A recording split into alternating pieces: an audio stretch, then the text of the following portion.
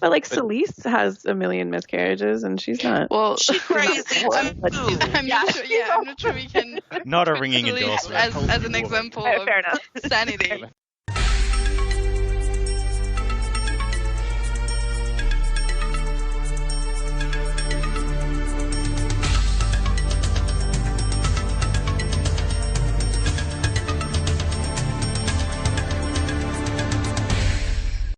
Hello everyone, and welcome to the next episode of Vassals of Kingsgrave's Linear Reread. This is part 39, and today we will be covering Tyrion 3 and Jaime 3. There are going to be spoilers from the entire series of The Song of Ice and Fire, and possibly from Game of Thrones. Today I'm joined by Valkyrist. Hi, my name's Duncan, also known as Valkyrist on the forums. Hannah. Hello, it's Hannah in real life, Shadow Baby on the forums. DrBlood. Hi, it's DrBlood, Sara in real life. Nymeria. Hi everyone, it's Mary in real life and Nymeria on the forums. Sir Patrick the Tall. Greetings, it is I, Patrick the Tall. And Michael. Hey, Michael in real life, Khal Wadege on the forums. Okay, so the last chapter we covered was Catelyn 2, and now we're skipping ahead 5 chapters to Tyrion 3, which happens the next day on the 3rd of November 299, and this is Valkyrist's chapter. Yeah, so this is an interesting chapter. It has a lot of exposition, so I'll try and make my way through that as quick as possible. But basically, Tywin calls a meeting of the small council to discuss the progress of the war, and Tyrion, who is still recuperating, observes the new councillors in attendance, which includes Sir Kevan, Mace Tyrell, Paxter Redwine, and Mathis Rowan.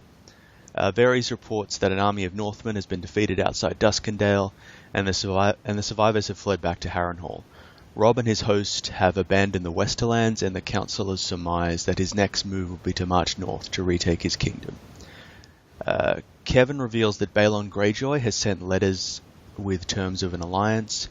Greyjoy wants to be considered the king of the Isles and the North by right of conquest, but Tywin says they will not treat with Balon while other options may present themselves.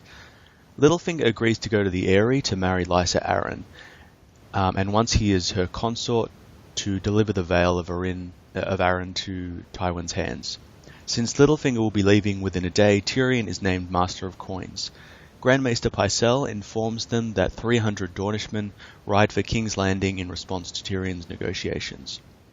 Mace Tyrell does not like the idea of Dornishmen riding across the Reach, as there is historically bad blood between the Martells and the Tyrells. Varys brings word of a 3-headed dragon being born in Karth, and that the Night's Watch is begging for help against a wildling army. Lord Tywin does not want to hear about rumours of dragons and is disinterested in news of wildlings, claiming that if the wall is overrun, the Starks and the Greyjoys will have a new enemy to deal with. He overrides the attempts of Varys and Tyrion to have the Goldcloaks, who deserted the Battle of Blackwater, forced to take the Black, even speculating that they may be able to make a deal with Mance Rayder if he prevails.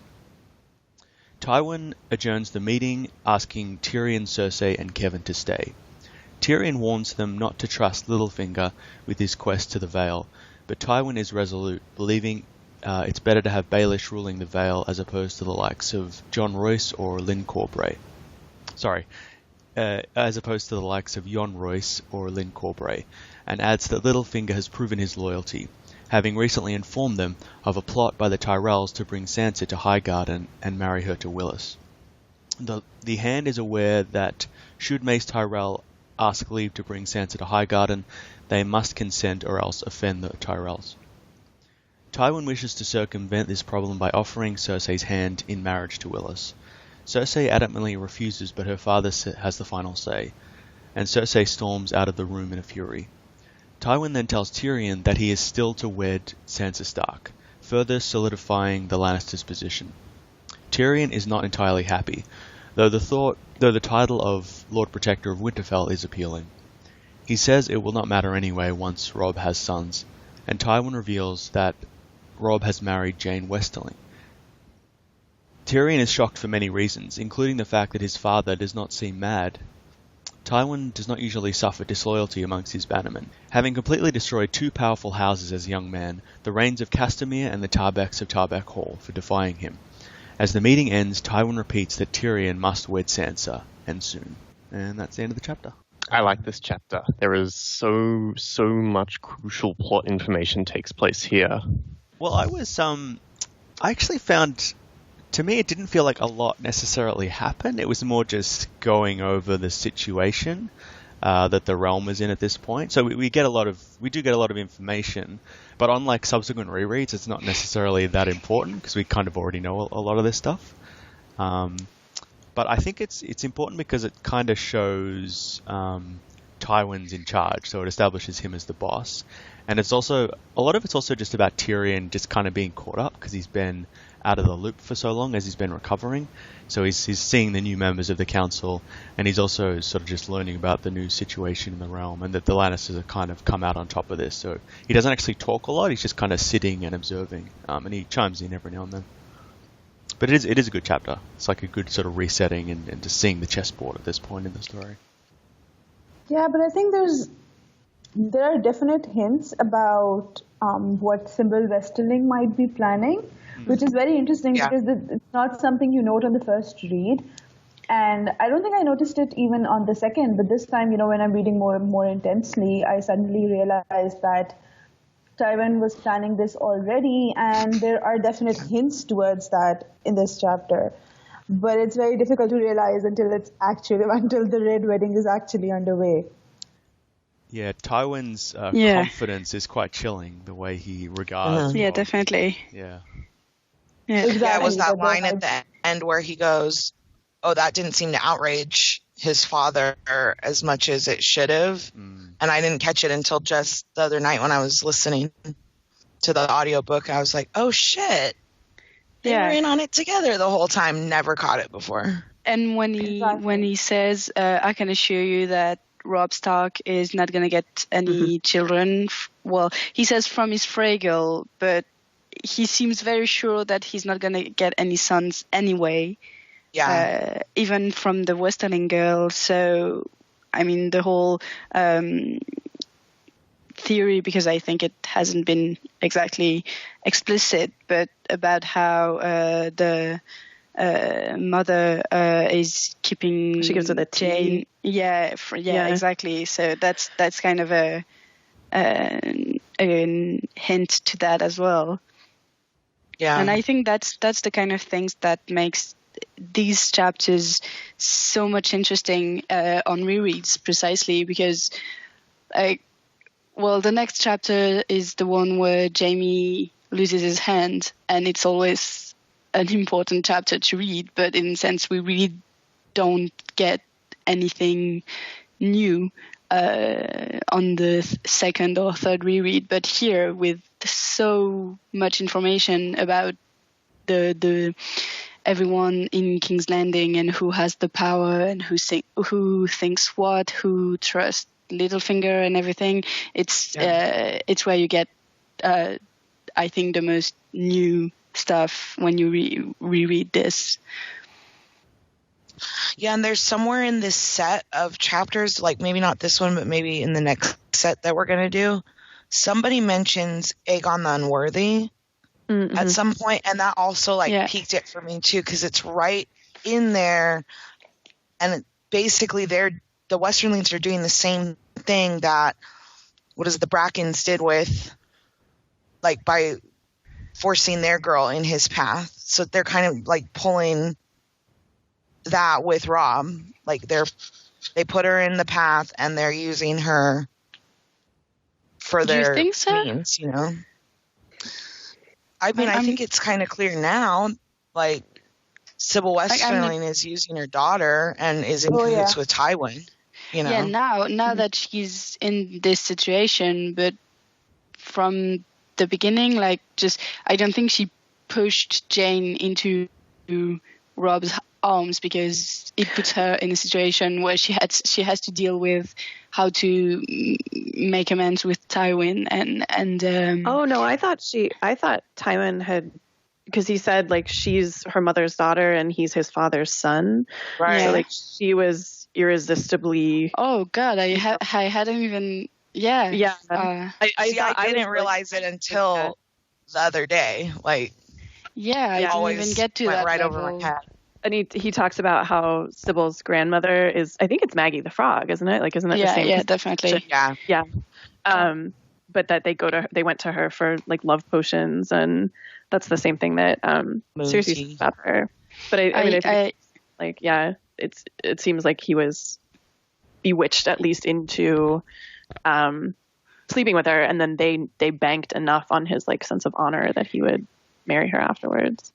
Yeah, that's amazing. I didn't even think that far. I thought just like I only had this story from Rob's side and always like never read much into it. Like just, okay, this happened. It was stupid of him, but whatever. And I figured that then the Westerlings had to find a way to get something from it. Kind of makes Rob seem like less of a dick.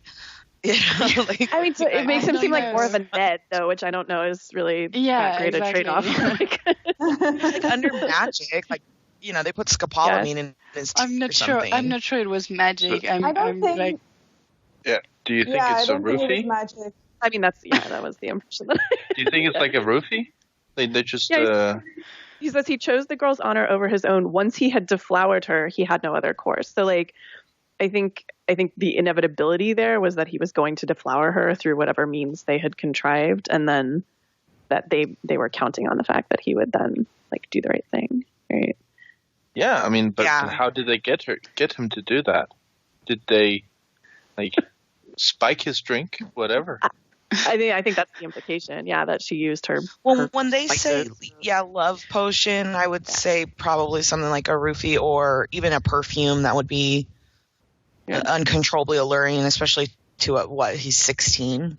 Yeah, year old boy, he's a virgin by all accounts. It's a very like Arthurian detail, isn't it? Because there's several instances where exactly like a perfume is used to kind of mistake, like a bed switching or something like that, and then there's the sort of drugging and someone's so out of their mind that they don't really, kind of similarly to what happened with Littlefinger. I would think that like he was ill in that case, but where if you've got somebody drugged in whatever capacity, then they're going to be more likely to act on impulse.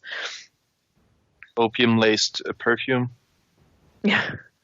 I mean, honestly, depending on what they did, he might not even have had her. They could have just, put her naked in a bed next to him and he doesn't remember. And he is such a Ned that he would like assume, oh shit, I gotta marry you now. Well, I assume they would somehow like add some, blood to the sheet and stuff. The normal stuff. The usual, the usual stuff for the. She seems smitten enough when we meet her. Like she seems kind of excited enough about him that I feel like they probably did sleep together, and she thought it was very romantic and like didn't realize, you know what I mean? Like, yeah, she's not in on it. I definitely. Yeah. Oh my god. It's hard for me to reconcile She's that. in love.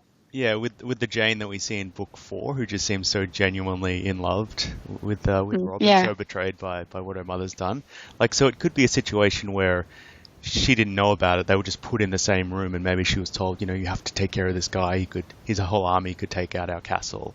You have to treat him right. And it just they just assumed that two teenagers in a room would just, nature would take its course. Or there's something more like sinister going on that her mother gave Rob a love potion to treat him or something, and told her daughter it was something else. It's hard to tell because it's all just secondhand information. This is Tywin's view of the family, but obviously we get a different view from Rob's point of view, so it's hard to know where the truth lies. Yeah. Because the rest of the family do seem pretty on, like all the Rob's squires, they seem to be pretty loyal. It just seems to be more the mother and the father. Yeah. That were conspiring. But again, it could also just be a case of they were really on Rob's side, but once Rob failed, they pretended they were on Tywin's side. So it's hard to know where the loyalties lie. Who's the one that Greywind is so opposed to? Like that, there's one of the Westerlings that. Yeah, Rowan was. I think that's Sybil's brother. Okay. Yeah, so one of the Like- dirty Yeah. spices. Yeah. One of those merchants. Just overpowers his nose. Upcut merchants, yeah. Yeah, exactly. I So, think yeah. it's Rolf Spicer or something. I don't remember the name exactly. Yeah, I think it's Rolf or Ralph or something like that. I'm surprised Yeah. we get a mention of Maggie the Frog so soon in the series before it becomes a bigger plot Yeah. line with Cersei. Maybe it was just on George's memory cards, and he was like, "Oh, I'm going to use that one now." When he had added the old prophecy thing. Yeah. To go back to the whole thing with the mother and everything, maybe they spiked both of them their food, and I mean gave them both roofies or whatever, or maybe it's just like it happened, and then the mother tried to spin it as best as she could, so she like still could keep her good graces with Tywin. Yeah. And she's just saying like, oh, that was the plan all along, to get them to bang. Yeah. It emphasizes how feared Tywin is in his own lands, that no one would go against him and everyone would try and work on behalf of him. Even if they don't have strength of arms, they'll find some other way to hurt his enemies. But the mother seems antagonistic towards Robb anyways, right? Yeah. So she might have been loyal, like truly loyal to Tywin, but you know. Well, because So- Tyrion is shocked. He goes, hasn't she ever heard of the Castermeres? And Tywin's like, I assure you she has. Yeah. It's like the They've only driven song by on their- the castle. They know what's going on. Like, It's like the only song on the party playlist at Castle Rock. yeah, Yeah, this just is a all, different tempo. Endless repeat.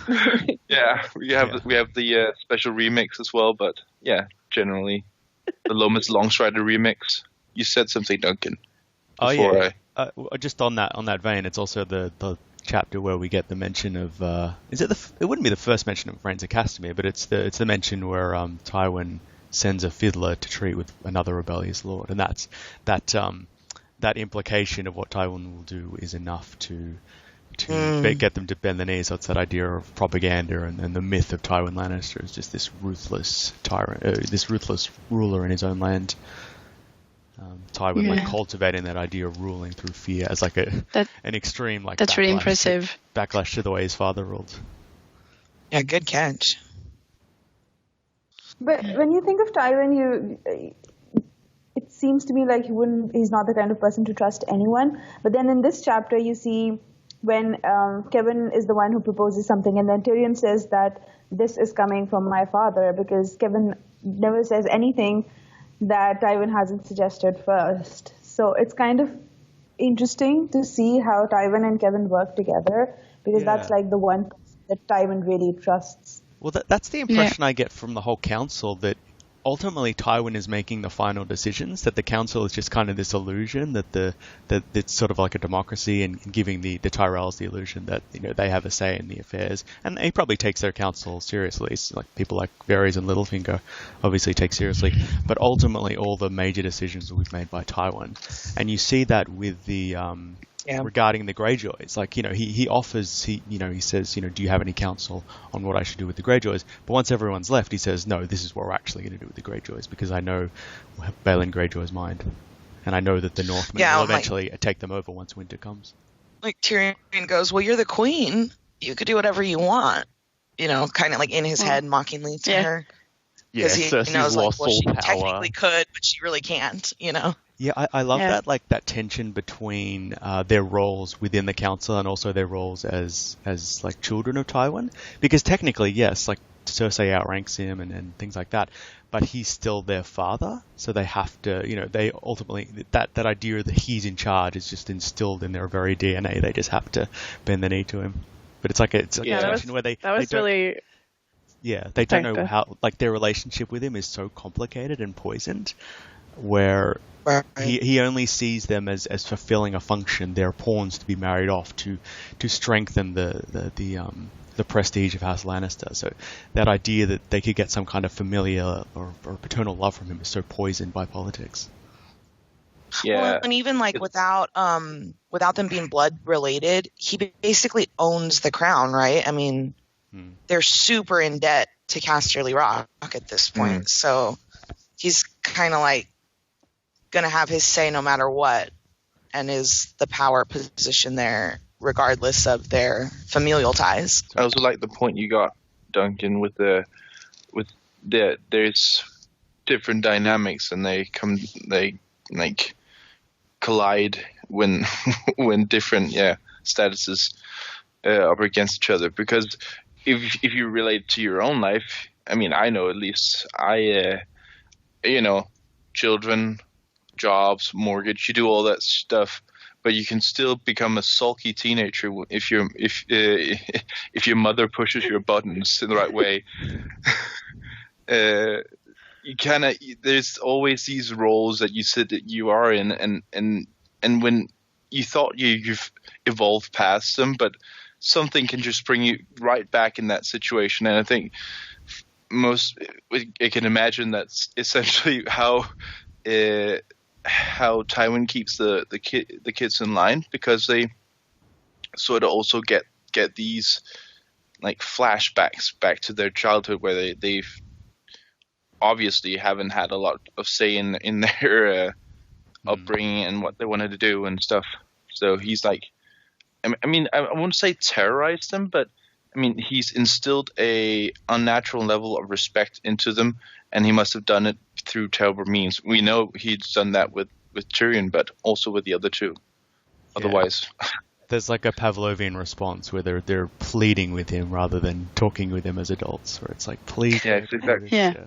I mean, this, I think, was very interesting from just a character perspective in terms of the dynamic, not just between the children and the father, but also between Cersei and Tyrion, because what he interprets as Cersei's helpless fury and kind of like enjoying on some level watching her squirm, I think even his own internal monologue almost belies that understanding that she's angry and really truly understands that she's afraid and helpless, and that there's like almost a rising panic, because he does imagine very shortly thereafter, telling or wanting to remind her that she's the queen and that she really should stand up for herself, or wanting to speak up for like what she really wants, even if it's in kind of a mocking way, to marry Jaime, that there's a sense that like, yeah, even though he almost wants to see it as her getting hers, that there's still a level of sympathy or empathy that like, I think more clearly reflects the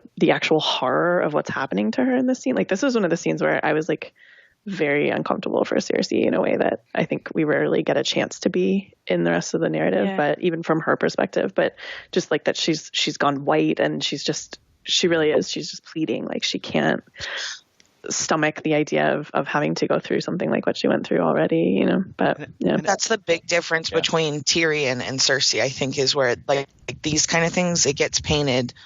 Because if we had an internal of Cersei in this scene, she'd have no sympathy for Tyrion.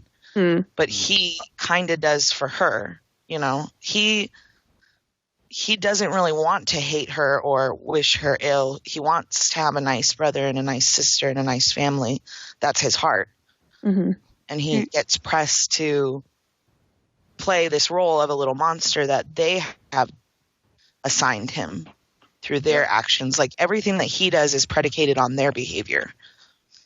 But I don't quite agree. In his heart, he's different. But you even see the difference between the two, because Cersei is told that she's getting married and told who she's going to be married, whereas Tyrion is at least given a choice. Like, obviously, he's funneling it into a particular choice that Tywin wants, but at least you can see that gender imbalance, and maybe an insight into some of the reasons why Cersei has such a warped psychology. I mean, maybe if you look back at her childhood, you can see there's always something rotten about her. But the reason she's so vengeful and so hateful of the world is because she was put in this, horrible, loveless marriage, and that's kind of warped her perceptions. And she's always clung to the notion that at least I'm queen, at least it's given me a position of power. But once Tywin's come in and robbed her of that illusion. Well, I don't totally agree that she in any situation would be antagonistic towards Tyrion, because it seems to me like in the proper situations she does ally herself with Tyrion to a certain extent, and in this situation, at least from not maybe empathy, but some sort of wanting to gain power towards the oppressor. Given what we know from her POVs in Feast, do you really think that even in her best moments with him, like going back in Clash when they're celebrating little victories and stuff, like she does not give two fucks about anybody? Like she pretends because to be nobody's ever done that for her. She's insulting them constantly. Do you know what I mean? Like, I think that she has been, if we're thinking in terms of like sociocultural victimization, I think that she's been victimized by this family on a level that, you know, as much as Tywin was awful to Tyrion, and you know his experience with Tysha was a deeply scarring one, like that.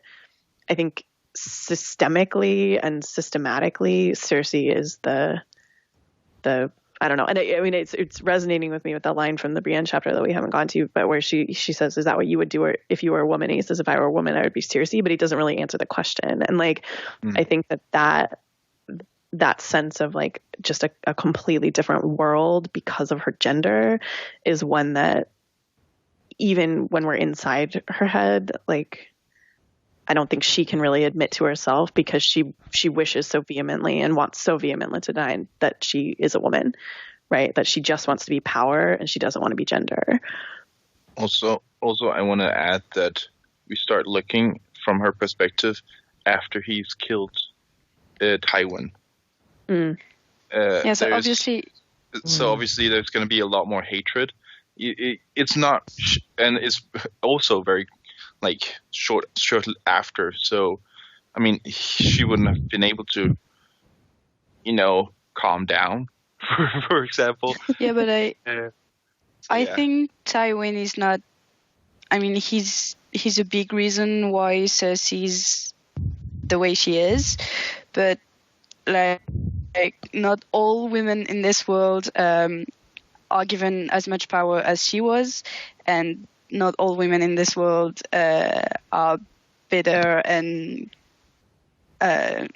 crazy as she is. Yeah. Oh, so, she's a terrible person. I'm not like I don't ever. But I think the main influence is that was more Robert than Tywin. Actually, it's more what she went through being married to Robert than Tywin's influence.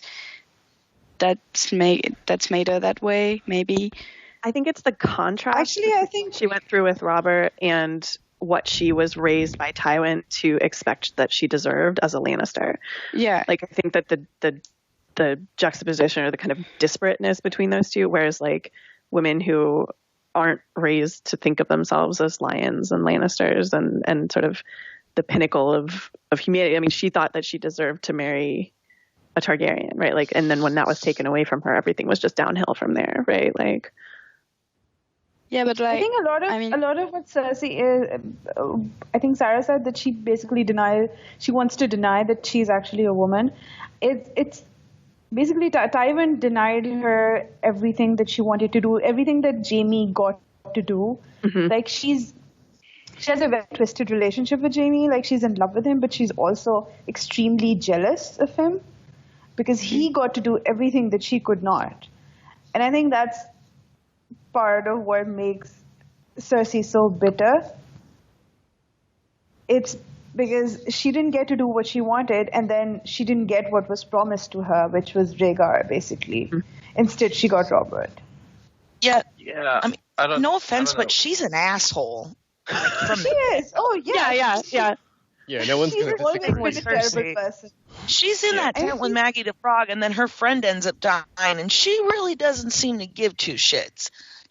One of her big sticking points is that she was traded like a piece of property to Robert, and that now a second time she's going to be used as a piece of property to be traded to gain something for someone else, not her. But she treats everyone else like property. She's a psycho.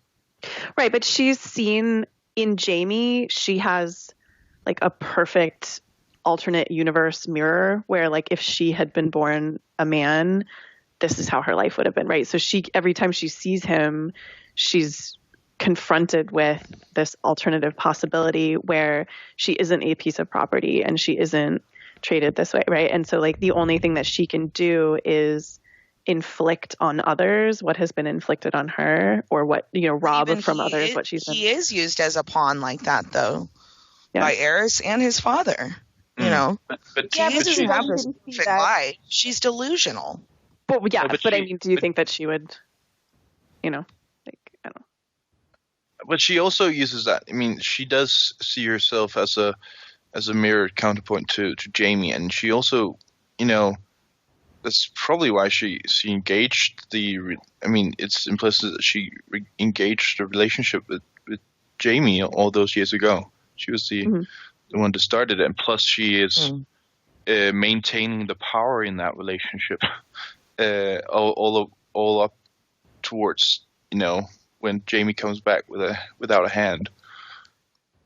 So in that situation, she sort of takes control of as much as she can of that alternate fate, in a sense. Yeah. I think you can. By making Jaime her lapdogs, so to say. Her thrall. Thrall, yeah, love thrall.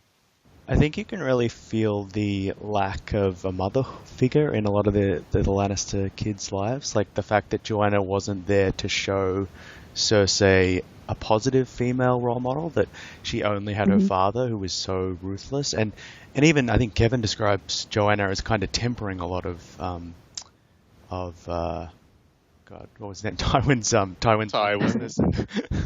And so not having that figure in Cersei's life meant that she didn't really have someone to look up to other than Tywin, who was so sort of messed up by his wife's death, and also probably why a lot of her hatred is spent on Tyrion for robbing that figure from her life.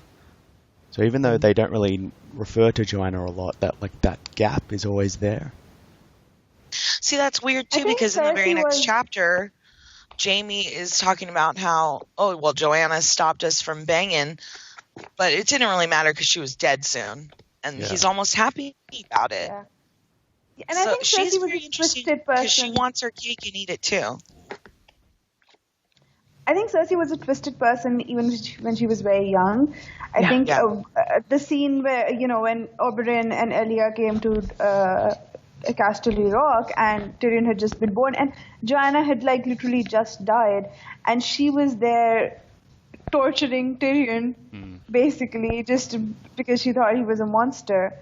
And she was only, I think she was 8 years old at the time. So she's basically been a monster all her life. And I'm not saying she's a nice person, but I can see where her bitterness and her jealousy, where they come from. Mm-hmm. Yeah, she's one sick puppy. Yeah, it's hard to say a person's beyond hope from childhood, but it seems like Cersei was the closest to a born sociopath. Well, she's clearly the evil twin, right? I mean, I think we can all agree. Yeah. Well, she would be the one with the mustache, right? I gotta disagree with you guys on that one. I mean, to put it into perspective, her mother just died. Her father obviously blames Tyrion because he's done that ever since. So if she picked up on her father's unwillingness to be near Tyrion, which he wasn't at any point in the story about the torturing of Tyrion, babe, she might have just immediately assumed that he was, and she would also be, angry at Tyrion for that reason. Also, an 8-year-old, they're basically sociopaths. They haven't. Oh wow! They are. They are. They really are. They don't understand consequences or have empathy. At 8? Beyond. No, it's especially in maybe this a little world. bit. 8 Maybe in this 4, world is but 8 kind of is- old. Yeah. 8's pretty old. You No. have consciousness. you have consciousness, but you don't have the. It's grade 2, isn't it? Yeah.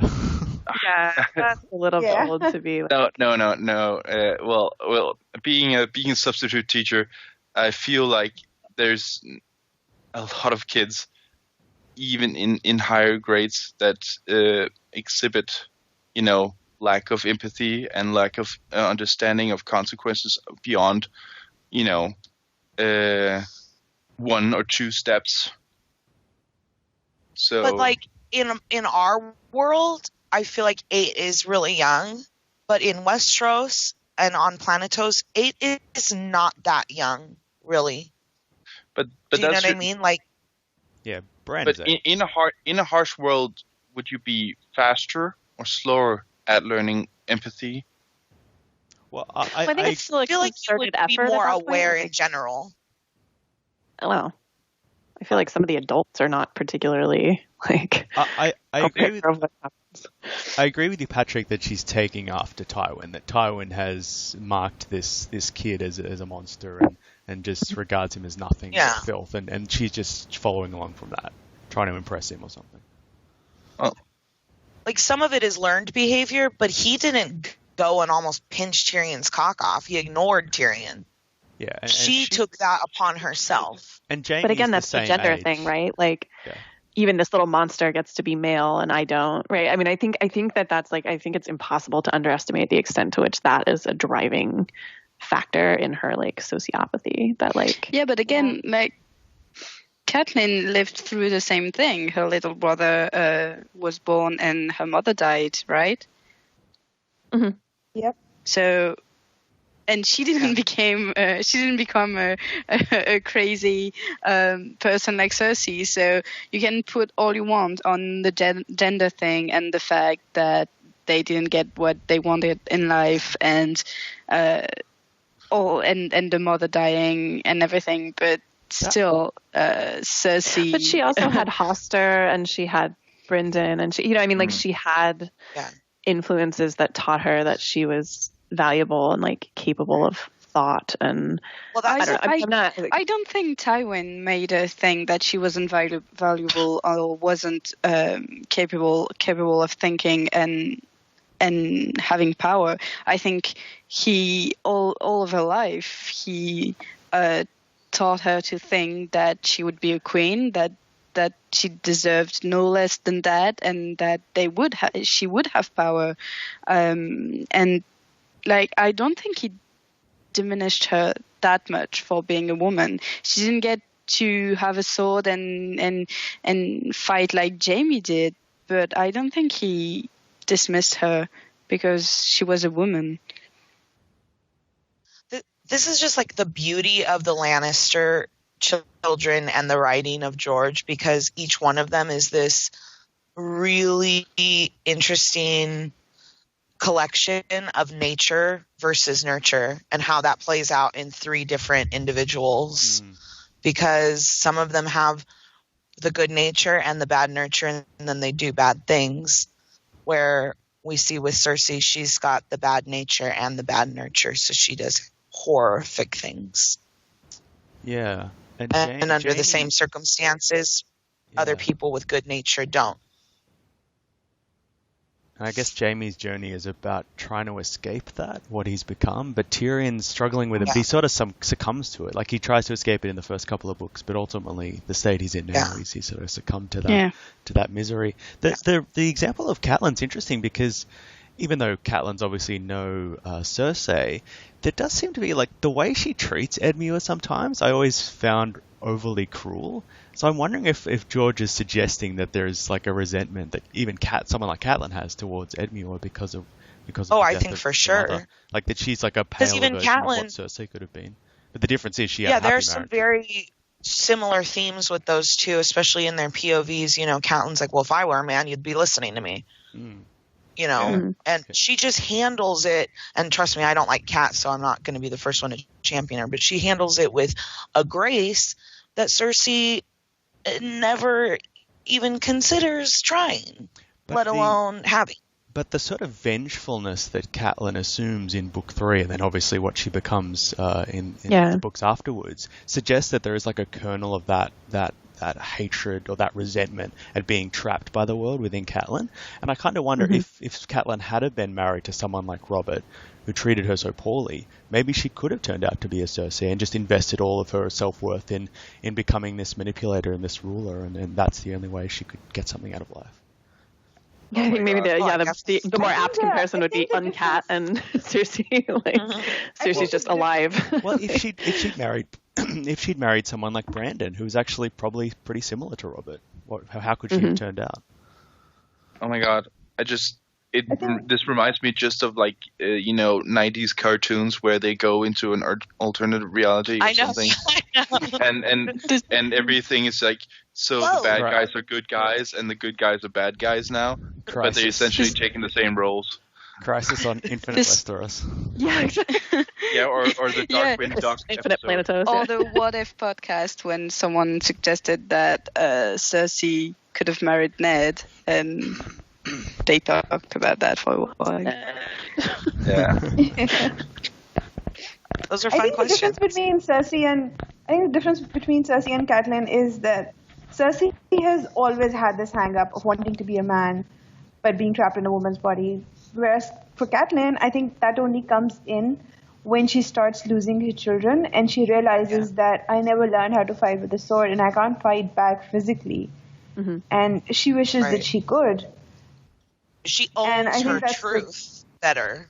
Like, she accepts it and creates something out of it that she can use. Definitely.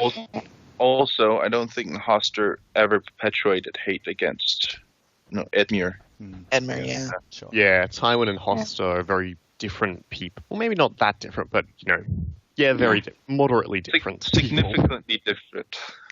I think when it comes to and Cersei are not their children that terribly different. If you really, right? Like, she's more isolationist than she is aggressive, but they're both pretty bat crap crazy, right? Like, that's true. Yeah. And resentful and fearful and hyper protective of their children, and it's an interesting.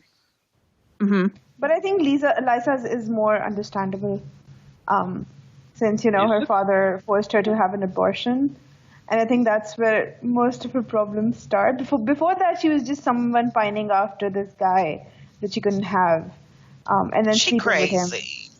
She raped Peter. I think she loses it after Peter almost dies, is sent away. She is forced to abort her child, and then she marries this man old enough to be her grandfather, and then has I don't know how many miscarriages. I think that's enough to drive anyone crazy. But Selyse has a million miscarriages, and she's not. Well, she's crazy too. I'm not sure we can. Not a ringing endorsement. As an example of fair enough. Sanity. A healthy mind. But comparison reciprocal. But before the miscarriage and all that stuff, she still apparently raped Peter. Yeah.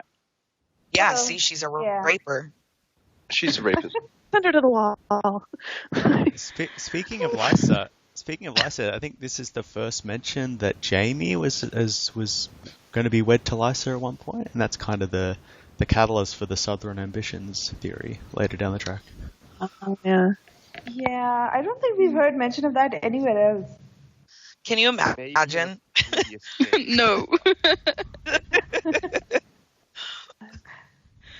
Instead of Bichar, be Jaime. I feel like it would be a really similar thing. The things I do for love out the moon door. Yeah, Lysa wouldn't have lasted long at a family reunion. Cersei would have taken her out pretty quick. Oh, God. Sure. Okay, what do we think about the fact that...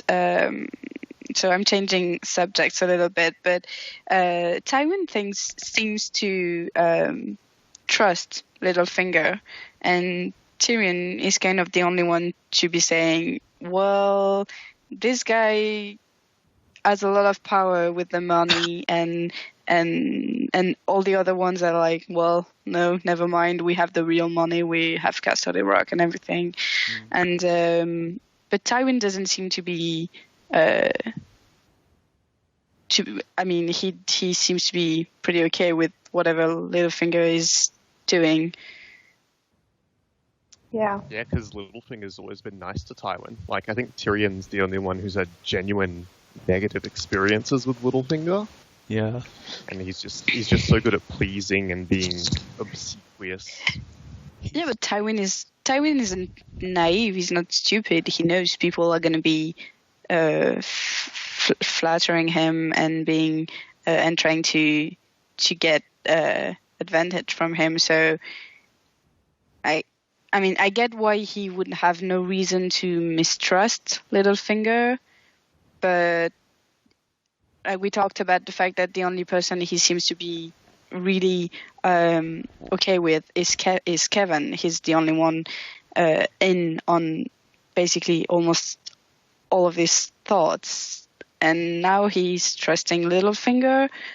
Maybe I think it's probably biased from the fact that Tywin sees Littlefinger as lowborn. I'm not lowborn, but not highborn, and so he thinks he's never going to be powerful enough to do anything to him. Yeah. But I he's obviously think wrong it's on that. overconfidence. I think Littlefinger does two things really well. He makes himself really valuable to the people in power. He makes himself likable to them, and he's never poses himself as a threat because he never assumes that much power. He is quite lowborn. He's actually quite secretly climbing up the social ladder pretty quickly, which Tyrion notes.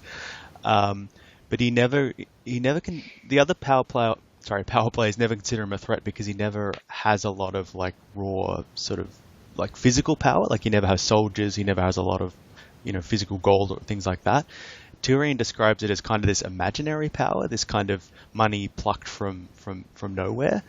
But yeah, no one else really perceives it but Tyrion is starting to cotton onto it, that he's actually quite a deft manipulator, and that he's actually assuming a lot of sort of tangential power by allying with really powerful people. And once he ascends to the Vale, he'll essentially be, he'll have the ear of the Warden of the East, which is a huge advantage.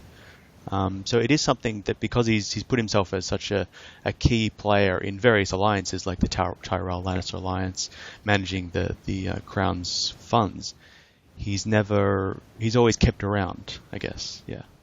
Yeah. So do you think that Peter might be a personification of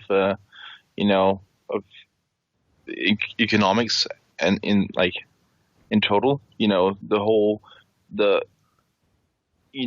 Money has only the much power that you put into it, and stuff like that. And you can essentially conjure money out of not thin air, but just through faith in the value of the note or whatever they say it is. So essentially, he's, for me, whenever he does something, I think of him like, well, he's essentially just a few centuries in front, like ahead of everybody else, time-wise, after stock exchanges and all those bearer bonds, whatever, all those stuff that sort of just gives valueless things a value.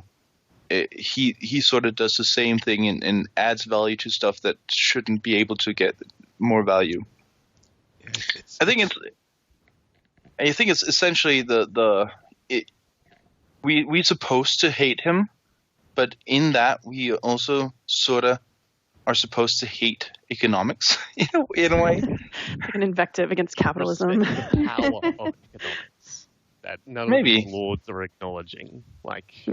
Yeah, but they're feudalistic, so it's usually more of a value against value trade society. Gold has so and so value because it is scarce enough that there is enough value to it, but you can just as easily trade a horse for an armor and a tent and some meals in Westeros as you can money towards that.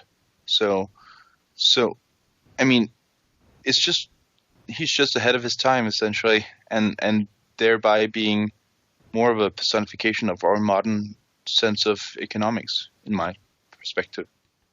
How does does that depart from, for example, the Iron Bank of Bravos? Would you say, like, is he an innovation beyond them as well, or is it that he's brought this kind of Associan banking to? I mean, because they deal with the Iron Bank, right? So, like, it should theoretically be. I mean, we don't know enough about the Iron Bank, but as far as I know, they seem to acquire their wealth through port taxes and trade, which seems to be an economy that has less steps than Peter's way of contract money. So I would say that he's ahead of them as well. It's interesting. So he's like Bitcoin. He's like Westerosi Bitcoin. They're the Venetian bank, and he's the bankers, and he's stock exchange. Sure. Okay, I can see that. Yeah. Bina will probably be shaking her head if she. Yeah, definitely. Got it all wrong. She will correct me as soon as she hears this. But, what do you make of the part where Tyrion goes, "Oh, you heard that from Littlefinger and not the Master of Whispers"? I noticed that too. Yeah, that was weird. Yeah. Like no one else is really catching on there. Dontus. Yeah. Dontus is Littlefinger's dude. That's a clear link to that. Yeah. Definitely. No, I know, but I'm saying like the fact that Tyrion's like put out by it, but no one else seems to think it's out of the ordinary. But they all seem so stupid. Like, I mean, like the whole Tyrell, Tyrell and the other two, which I don't even remember the names. Yeah, it just seems like they're just there to, I don't know, I don't even know why they're here to make a show of power, like, and make them believe that they have power, but they're useless. I rolled my eyes so hard at Mace when he's like, "Oh, these wildlings and these news of dragons and krakens. There's too many stirrings in Westeros." And it's like, this is the first council meeting you've been to, and you're already like, fretting about all the work you have to do. What did you think governing was? It's, oh my god, these people are useless. Just send them home, Tywin. Yeah, Tyrion calls them sheep, and he's like, they're just bleating in agreement at whatever Tywin says. Yeah. Very, very apt. But this is also where we see Peter Baelish remove himself from King's Landing before the Purple Wedding. But the thing is that the Purple Wedding doesn't happen for another 2 months. So does he just stay on I don't remember this exactly. Does he just stay on a ship outside of King's Landing waiting for the Purple Wedding to happen so he can get Sansa out of there and take her to the Eyrie? No, he travels to the Eyrie first and then comes back. He does get to the Eyrie. He just comes back. Okay. I thought he went to Goldtown and not necessarily to the Eyrie. Don't they go to his ancestral home when they escape? Yeah, definitely. That's where they go first. And Lysa was there, right? Lysa arrived just after that, but I don't think she was there. I think she arrived. I think the wedding had already been planned. He definitely saw her before he came back for Sansa, I think. But he's been sending letters to her or some sort of news to her because they've been in on this from the beginning, right? Yeah, I guess he might. Maybe he didn't go to the area. Maybe I'm just assuming that. I would think. I think he must have. I think he must have because Lysa comes to the fingers for the wedding, right? So they must have planned it sometime in between Peter Baelish leaving King's Landing and then arriving at the fingers. But he can send a missive without going there, can he? And they've already decided on that they would get married whenever that would be possible. Okay, but he knows. Get married at that point, Lysa kind of is like, all right, now this is the first time I'm seeing you. We're getting married. Yeah, and like he knows when the wedding is going to take place. So what's the point of him just staying outside of King's Landing, just outside and not going to the Eyrie and just waiting for 2 months? He knows when he has to come back, so he might as well do something in the meantime. Well, he needs, Yeah. he needs an alibi. I think that's a good reason to get as far away from King's Landing as possible in that time. Yeah. Here's the question, though. Does he know about the wedding plans from Dantos through Sansa, or does he know about them from the Tyrells? Yeah, and they just trusted that he wouldn't spill the beans because they're planning to kill. Sorry. Yeah, that's the question. Well, he's the one who acquires the poison, right? So he must have been in on it. So that's part of my question, but I was gonna get to that in the Sansa chapter, but I don't know when the Tyrells actually get in on it, because Dantos gives the Urnet to Sansa way before the Tyrells actually arrive, and it seems like Olenna needed Sansa to confirm how crazy Joffrey was before actually taking the decision to do that, and she only met Sansa after arriving to King's Landing and after, a while after Sansa got the hairnet.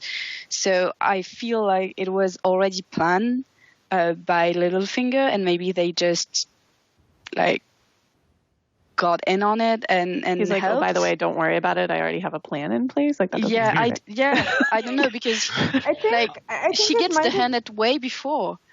Yeah, it might have happened when Littlefinger went to negotiate the alliance with the Tyrells, the Lannister-Tyrell alliance.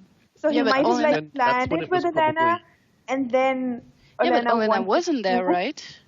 No, Olenna was there. She wasn't in Bitterbridge.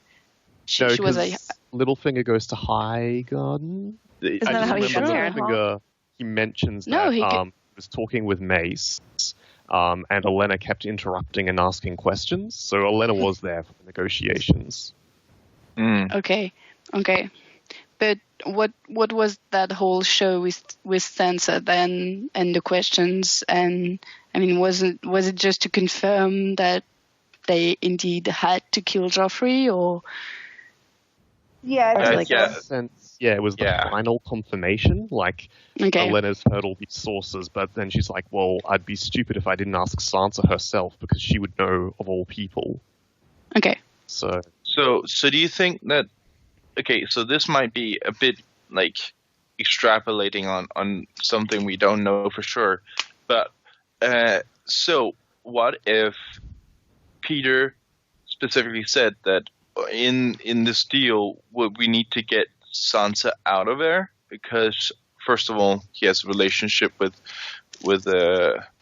Catelyn, and as a favor to that house, but also for bargaining peace with the North, and then they kind of scoped her out and tried to take that piece away from him by inviting her to tea.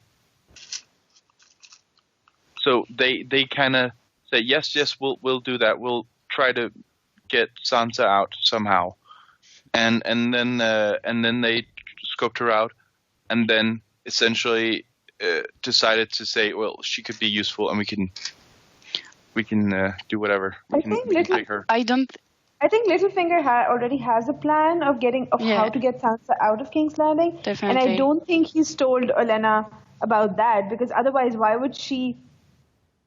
Sansa's a very important piece, right? I mean, she's the heir to the North, which is basically why Littlefinger wants her. And then that's again why Olenna wants her. So they haven't told each other about how they each plan to get Sansa out of King's Landing, right? They decided to kill Joffrey together, but I don't think they've shared their plans about Sansa. That would have been the obvious way of thinking of it, but I'm thinking schemes within schemes here. So he actually stipulated that he wanted them out, or showed some sort of interest towards Sansa in the discussions, and she picked up on that, Olenna, and tried to maybe procure that piece to ensure Peter's compliance later on. Because it's all about power. It's about taking pieces away from even your allies so that you have the power in the relationship, right? I don't think the Tyrells see Littlefinger as an ally. I just think they see him as like a messenger boy or a pawn they can manipulate. I don't think anyone actually sees Littlefinger as the Machiavellian figure that the reader does. So I think they used him to broker this alliance, and they got assurance. They received information that Joffrey was this little monster, and that he would arrange Joffrey to be taken out of the picture so that Margaery would be safe. That just seems like a lot of trust to put in someone that you're not all in with, though. Like, yeah, I don't know. It seems like it's too much trust on both sides. Like that he wouldn't volunteer to them that he had a plan to kill Joffrey, and then that they wouldn't like. Yeah, it'd be hilarious if they were just planning in parallel, and it just like happened that they were like, "Wait, did you kill him? No, I don't know. Maybe you did." Like, it's interesting because I'll talk about it. My plan or yours? Yeah. My hairnet. It's like that episode of Futurama where they're like going to kill Professor Farnsworth and they build that big murder machine so they'll all have guilt. Oh. Have you ever seen that? That sounds like something there, dude. Sorry. Doing the reread, it's interesting because you see all of the clues for the red wedding, but the purple wedding, like what actually happened, is still pretty vague. Like even the notion that it was the Tyrells and Littlefinger is only, I guess it's hinted at various points, but it seems like something that, like, the full story hasn't yet been extrapolated. So maybe that's what he claims, isn't it? Like he lays out this but then you start to think about it, and you're like, why the hell would anyone think that was what's happening? Don't trust the Littlefinger. I also think his desires on Sansa are totally illogical. Like, the Tyrells see her as a powerful pawn in their game of taking over Westeros. Maybe they don't want to take over Westeros. Maybe they just want someone to deal with Robb Stark should he be the victor or whatever. But Littlefinger wants him as part of this weird, like, childlike fantasy of marrying Catelyn. So I don't think his plotting can be quite tracked the way we look at the other politicians. Yeah, I agree. He does not want Sansa only because she's to the north. He wants her because of his weird thing. He's sort of this chaotic player in the game where his objectives don't actually make sense, so no one can quite anticipate his move. That's because it's so the left center, but we're just saying that is his weakness. She is his weakness, and hopefully, if the story goes as at least we hope it will, she will also be his undoing by learning the trade and then using it against him. Hopefully, right? Yeah. I would be That's very the hope. surprised if Sansa doesn't play a role in Littlefinger's downfall. Like. Mm-hmm. Yeah, but when did our hopes ever give? When did we ever count for anything? Don't fill my hopes. Aww. I guess. How big of a determining factor in what he does do you really think Sansa is? Because I feel like if push came to shove, she would have been the one flying out that moon door. No, and he wouldn't have thought twice about it. No way. Really? No, I don't think so. No way. I feel like he is the most in love with himself, but everybody else is secondary to that. But she's like I don't agree to that self-image. I think, like in the way that Catelyn would have been, like she would be like the ultimate proof that he had achieved everything that he believes he's capable of. Yes, I agree. That he like reclaimed his manhood that he lost against Brandon, something like that. Yeah, definitely.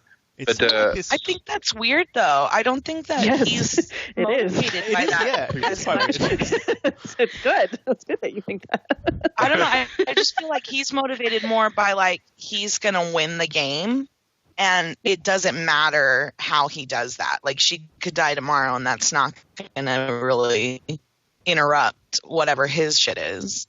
I don't think he cares about her that much because I don't think he's capable of actually caring.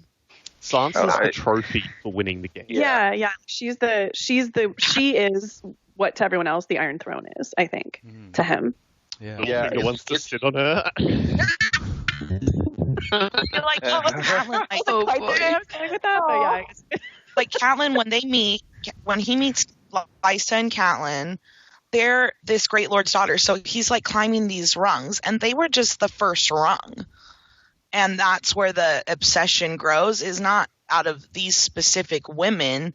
It's about who these specific women's father is. So he's going to tackle that rung.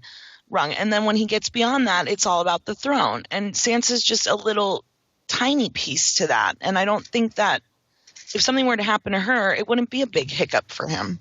You know what? I see it differently. I really see it like Peter didn't get all these aspirations until he got scorned by Catelyn and cut by Brandon and raped by Lysa.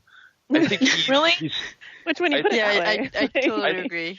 I think he does all of this to show all the people who, like, especially Hoster, of course, but also Catelyn and everybody else in Westeros, that even though he's lowborn, he will end up burning the realm and climbing the ladder and burning the realm. Revenge of the Nerds. Yeah, essentially. It's kind of like he's just that pasty kid in the hallway that the jocks always bully, and then he's like, I'll get you when I become CEO of Microsoft. That's essentially what he's scheming, conniving, because he wants to show up everybody who's been looking down at him.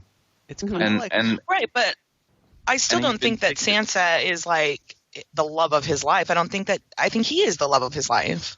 No, it's not a love. It's an obsession. Or like his right hand. Yeah, it's an obsession. Yeah, it's the Great Gatsby. He wants to like become the most powerful thing in the world, or the most impressive thing in the world, in order to earn love. Like that, as you said, that's the trophy that he's after.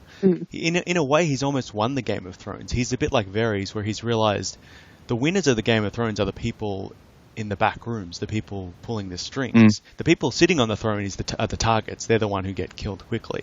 It's the people who work backstage that ultimately influence the realm. And he's in a way sort of achieved that, or he's working at a pretty high level of that. But his end game was Catelyn. Now it's become Sansa. That's the focus of his obsession. That's what fuels him to become this figure. Okay, well, let me ask you this. It might be. Do you feel like he's oblivious or not interested in Dany because of that? Like, if he sees her as like ultimately winning, he doesn't want to put himself too high up there with her, because that is not what he wants. I don't think he knows about Dany. I think so. He's just oblivious to her. Yeah, because it seems to me if he really wanted to like get all the way up, he'd pick a better horse. No, I think it's Littlefinger. He's playing like the game of little fingers. Like he's just like he's in his own race against like everyone. I really everybody agree. In the game of little fingers. I think it might even be why he plots to kill Joffrey. Like at least part of the reason why. It's for chaos. It's for all of that, but it's also for Sansa, I think. Yeah. Or it might be. I think you're right. I think also that whomever ends up actually marrying Sansa will meet a very expeditious end very quickly, so that he can end up, carry the air. Tyrion. Yeah. No. I mean, Harry the Heir and whatever. Yeah, but like even Tyrion was like almost instantly framed. Yeah. Maybe that was the plan from the beginning maybe it was just happenstance and Littlefinger was happy with that. Like, yeah, okay, cool. Do you think that it's Let's get George on the call and settle this one. George? What is Littlefinger's damage? Well, I guess if we buy into, say, the Tyrell conspiracy, maybe there is a much stronger secret alliance between the Tyrells and Littlefinger, in which case it could have been a case where they wanted Sansa to be implicated in the murder at the Purple Wedding. So to do that, they needed to get Tyrion and Sansa married. And in order to do that, they had to threaten to take Sansa away. So maybe that was a threat. Maybe they never intended to marry Willis to Sansa. They just told her that, knowing she would tell Dontos or whatever, get that information back to Tyrion and get Sansa and Tyrion married in order to implicate Sansa, in order to ferry her away. I think that's a lot This is 10-dimensional chess, man. Yeah, no, but like it assumes a lot of things. Like it assumes that hearing of this, Tywin is gonna decide to marry Sansa to Tyrion, where there could be other options, and I mean, it seems to be a little too much. Sorry. But Littlefinger suggests. Oh my God, no! There's not that many other options because Homeboy got kidnapped during the riot. Fucking Tyrek. Yeah, and Lancel's all fucked up, and Jaime's yeah, obviously. But like, there's other cousins back in Lannisport, and I mean, don't they run through the list? All, like, don't they say they're all kidnapped or dead? Mm-hmm. Yeah. And I don't know if the other ones are married or stuff, but I don't know. You're right. I should resist the Preston Jacobs impulse. No. No. We need go with it. Shh, let it happen. Okay, now that we've got into Preston Jacobs territory, maybe we should move on to the next chapter. Good idea. That's always a good idea. Oh God. Yeah, you're right. Yeah. Yeah. Okay, so now we're going to move forward 2 chapters to Jaime 3, which happens the next day on the 4th of November, 299, and it's Nymeria's. Yep. Okay. So Jaime, Brienne, and Cleos have been riding for 5 days since the Inn of the Kneeling Man. The Riverlands are a mess of destruction, burnt fields, and death. They arrive at Maidenpool, and the town is deserted, and they turn for Duskendale. Jaime is bored with his cousin Cleos. He really wants to get back to King's Landing to be with Cersei, and he thinks of how they never could stay apart for very long, even as kids. He dreams of marrying her in the open now that the tale of their incests has already spread. He also has the brilliant idea of marrying Myrcella to Joffrey once they send Sansa back to her mother. But his daydreaming is interrupted by the sound of arrows. He throws himself down on his horse. And Brienne has one arrow in the back, another in the leg. They charge at the bowmen who flee, and then they go in search of Cleos and find him dead in not a very pleasant way. Jaime decides that he wants Cleos' clothes, his horse, and his sword, and Brienne is shocked at his lack of empathy. She orders him to stay away from Cleos' sword, but naturally he doesn't, and manages to grab it despite his chains. They start to fight, and they fight for quite a long while. Jaime's overconfident at first, but soon realizes that Brienne is actually stronger than him, despite being a woman. She finally takes him down, and they are both exhausted and injured, and she tries to have him yield when they hear laughter. They get up and see that they are surrounded by men. Jaime recognizes the brave companions. They know who he is, so Jaime orders his chains be taken off, but that only makes the bloody mummers laugh. And Jaime feels that something is very wrong. And indeed, the mummers now serve Lord Bolton, who promised Harrenhal to Valkyrist. Both Jaime and Brienne are harshly taken captive and bound together on Brienne's horse. They are brought to Valkyrist, and Brienne uses her Stark allegiance to try and reason them, but obviously that's not going to work, and she is brought down and kicked to silence. Jaime tries to persuade Hoat to give him back to his father, and the god says that he will, but first he must send him a message. They bring Jaime down on his knees, yank his arms in front of him. He figures they only mean to scare him, and he decides he won't budge and he won't scream. Then the blade falls down on him, and he actually screams. And that's the end of chapter, and we all know that's when Jaime loses his hand, which is not explicitly said by the end of the chapter, but quite expected given Valkyrist's habits. off doing that. Sexy. Yeah.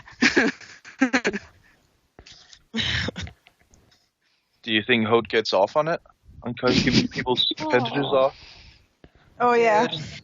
Yeah. What a creep, man. Like, he's a different level of messed up. Name makes my skin crawl, and it's a fictional character. Yeah. All of the bloody members are like that. Him does not help it at all.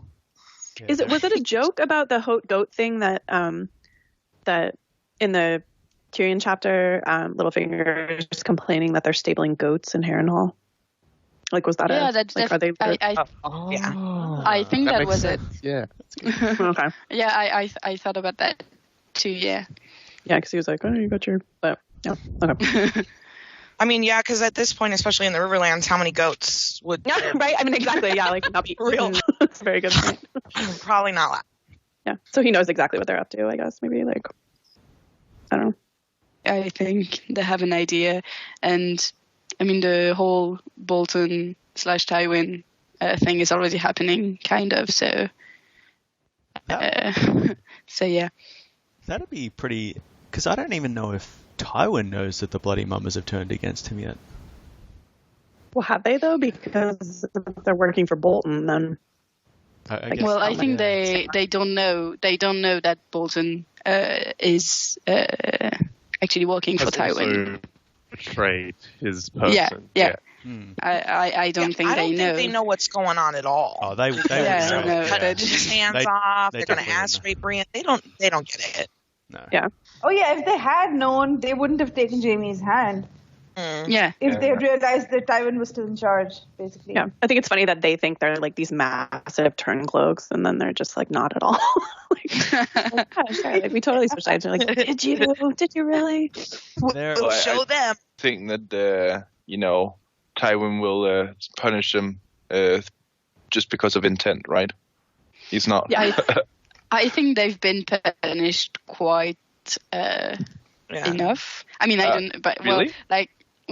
Not all of them, but Vargo Holt does die in Harrenhal after Brienne. Yeah. Bits his How did that go down? Does he show up like and the mountain's already there, and he's just like, "Oh, this is not where I parked my car."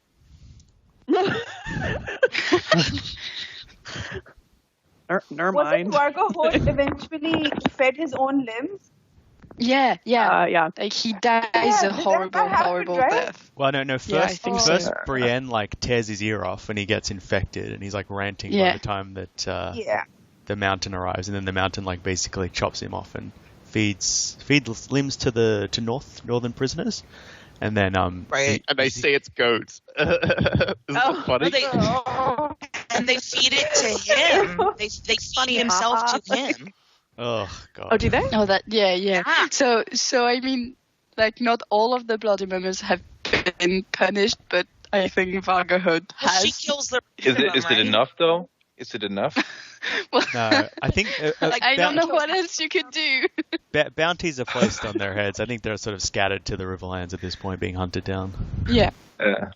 But doesn't Brienne kills half of them when she's like with Nimble Dick Crab, and then Arya and the Hound kill like the other half when they go to that inn at Salt Pan. No, the ones they have the Hound helm at one Those point, were the Mountains Men. Yeah, those were the Mountains Men and not the bloody mummers, but.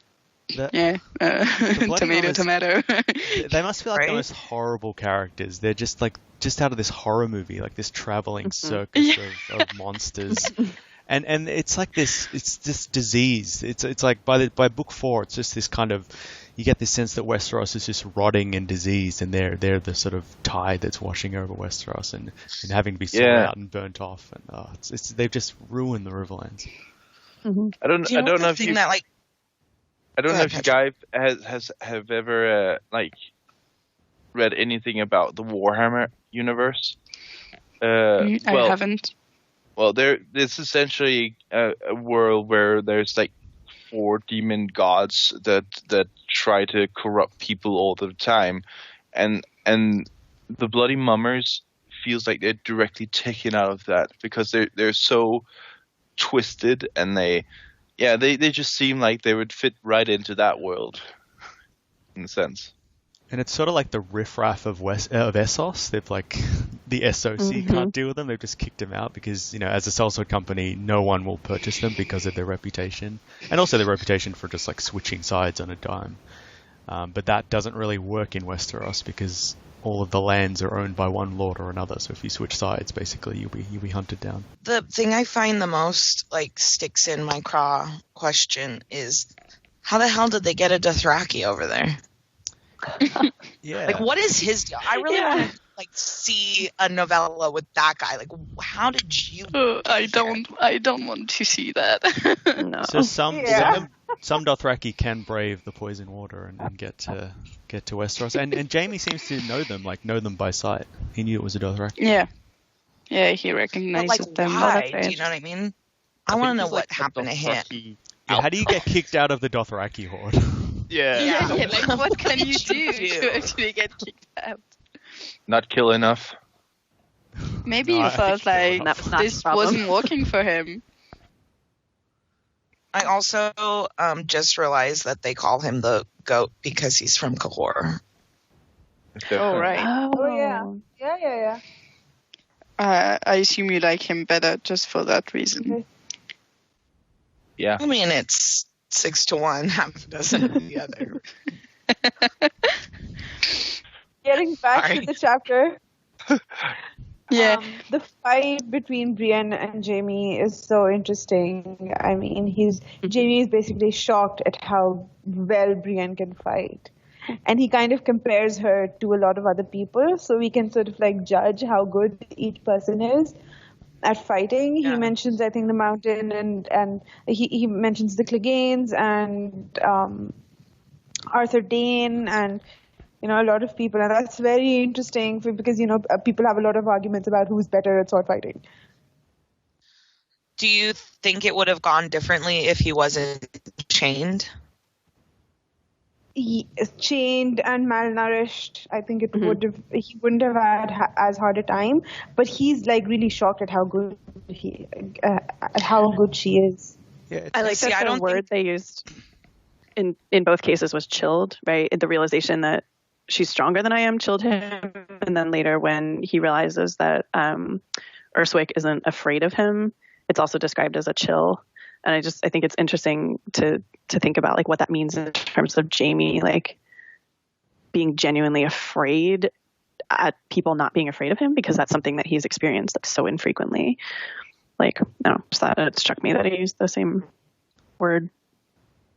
Yeah, that's true. He's definitely diminished. Do you think it's his own ego that also kind of? Do you think he truly could take Brienne if they were on even ground, or is it just his ego that won't admit to himself that he might be bested by this woman? The latter, because she's not trying to kill him. She is doing everything she can to not maim or kill him. If she was coming at him full blown, even if he was unchained or in his full strength, I think it would be a hell of a fight.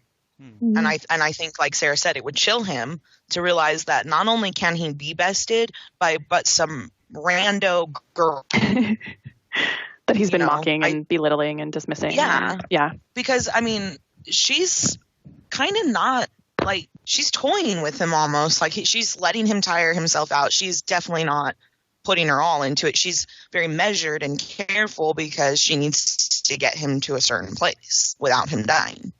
Yeah. But then again, she hasn't killed anyone yet. And in the state they are, if Jaime would be more willing to kill her and go after the things that would give him the edge towards killing her, right? Then she would with him, because she, when later on when she confronts people from the Bloody Mummer, she has a restraint that she has to push through to kill them. Otherwise she won't survive that bout. But in this situation, I don't think she would be able to go all the way. She would be Superman and he would be Batman, in the sense that he would be able to go farther than she could. But I mean, when it comes right down to it, she doesn't want to kill and she doesn't want to fight, but she does. She does what she has to do, and she has the skill to back it up. She didn't just win by some luck. And what's amazing is, she did, and she had like 2 arrows, like one in her leg and one in her back. So I mean, he's chained, but she's injured, and right. And she's still, and he doesn't make mention of it again in the chapter. Like, they're fighting. Kind of forgot about it. He's definitely, his muscles are probably atrophied a bit, so he is definitely diminished. So it's possible that she just wore him down. Whereas if he was at full health, if he was unchained, he could have held up against her a lot longer, and he probably would have been a lot faster at his best. He would have been able to like take out the joints in her armor and things like that. I feel like he also would have been a lot more arrogant though, and thus more likely to have an exploitable. As Patrick says, as strong as she isn't very battle tested, whereas Jaime is. He's fought in wars, so I have to probably give the edge to Jaime at full strength. But see, that's the other thing is like she's not battle tested, and she's still so well trained, and just clearly has this innate ability at sword play. You know what I mean? Yeah, but if it's a fight to the death, in a tourney she'll do well. But if it's a fight to the death, I think she would have that hesitation or not quite know what to do, especially if she gets. But see, later it is a fight to the death, and so let's say that 3 of the Bloody Murmurs are equivalent to 1 Jaime Lannister, and she takes them all out. I don't think they're the equivalent. I don't think they're the equivalent to a full health Jaime Lannister. He cuts down like 12 people before he gets captured. Yeah, he's a beast. He is the best of the best. See, I don't know because and for Brienne to hold up so well against him means that she's really, really good, even if she couldn't have like maybe defeated him if he was at full strength. She's still really good. That's what we get from this. Yes, and I totally agree. She beats him, and he's the one saying like, "Well, I'm going to fucking kick her ass. It'll just be a little bit of a contest." Yes, do you know what I mean? Like, we agree in the irony of the situation. That's totally true.